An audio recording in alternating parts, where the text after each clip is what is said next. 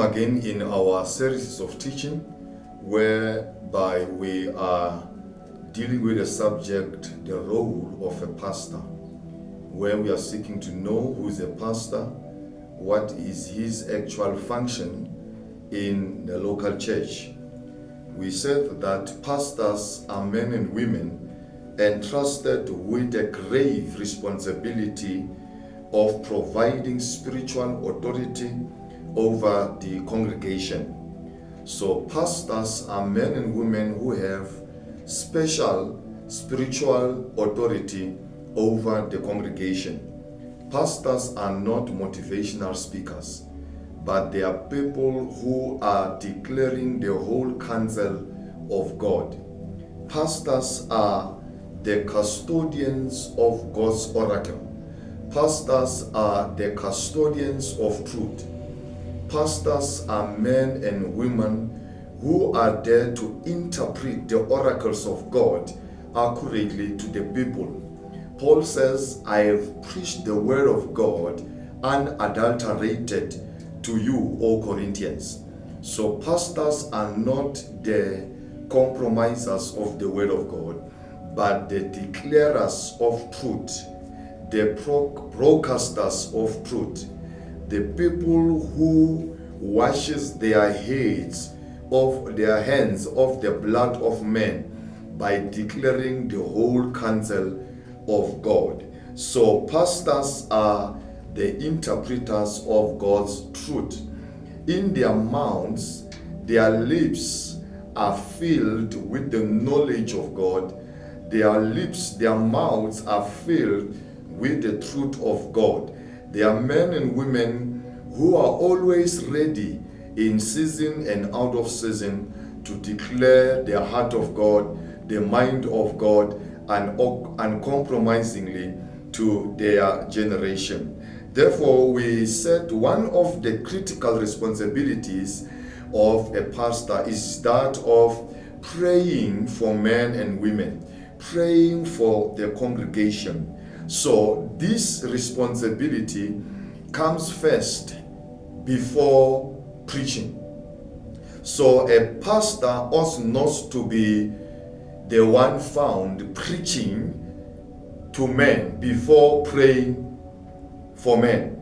Praying for men is the first thing to do than preaching to men. Don't preach to people until you have prayed for them. That's the responsibility of a pastor when it comes to the responsibility of praying for men. A pastor is a man, a woman, in whose heart the first priority is to labor in the place of prayer, interceding for men. A pastor is a prayer warrior. A pastor is an intercessor. A pastor is the one behind his breastplate of righteousness. The names of men and women are written. And when he goes into the temple, he presents before God the names of men, the destinies of men before God. He puts men, he condemns men at the altar of God in prayer. So a pastor ought not to be a man who judges people, because you cannot judge men or people you have not died for. You don't have to judge people whom you never died for. I normally say that never criticize, never condemn any man you have never prayed for. Never analyze, criticize a man whom you have never prayed for. Why? Because the beauty of every man is revealed in the place of prayer. Judging a man, criticizing any man, criticizing believers before assuming your responsibility in the place of prayer and praying for them, that tantamounts to hypocrisy. It is not good. So Jesus never condemns nor judge a man before he went to the cross and died for them. So you don't judge people who have not died for them. You see, the office of Jesus is double. He is a lamb and he is also a lion. As the lamb, he is the first that was sacrificed at Calvary for the redemption of men. As a lamb, he died for the people. As the lamb, he was sacrificed for their redemption, for their healing, for their salvation. So Jesus is a lamb. But also Jesus, the same Jesus, is a lion.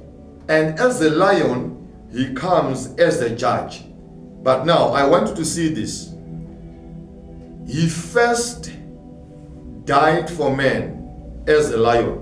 He laid down his life, even at the cross, for the people. So the work of the lamb must first take place in your life as a pastor before you can exercise the responsibility of a lion, which is judging. Because a lion is a symbol of judgment. So now, before Jesus could be the judge over the people, he first presented himself as a lamb. He died for them. He laid down his life to heal them. He laid down his life to save them. He laid down his life to deliver them from their predicaments as a lamb. That is why it's important that as a pastor, you should allow the work of the lamb to take place in you. You must meet Jesus as the lamb to work in you before you could meet him as a judge. And any man who will meet Jesus as a judge while the work of the lamb has not taken place, the lion will devour him. So, as a pastor, you don't judge people you have not died for. You don't judge people whom you have never prayed for. You don't condemn men and women whom you have never at all prayed for, or even laying down your life for them. You don't judge people before you sacrifice your life for them. Even in the natural, you see, you don't give students an exam before you taught them. Any exam, any teachings, any exams rather, is preceded by thorough teachings. You will only present an examination to students whom you have taken time to teach them whatever subject of concern. As a parent, for an example, you don't discipline the child when you have never taught that child. You only discipline a child which you have taken time to teach him the moral values, the correct disciplines, the correct values and virtues. Then you discipline that child if the child is found to be at fault. So that's how we discharge our ministry as pastors in the place of prayer. A pastor ought to be a man or a woman who prays for the people, who takes time to pray for the souls of men entrusted in his care. So that is the responsibility of a pastor when it comes to praying for people. Every man, irregardless of his background, irregardless of his social standing, every man in the congregation needs to be prayed for, needs to be treated equally. and needs to be presented before God in prayer. And the first person to do that is the pastor of the local church. So tomorrow we will continue to present to us the ministry of the pastor on other dimensions. For now, I want you to register this in your mind, that one of the critical responsibility of a pastor is to pray for men and women who are being entrusted in his care. Please take care, stay blessed, and let's meet in our next session. God bless you. Bye-bye.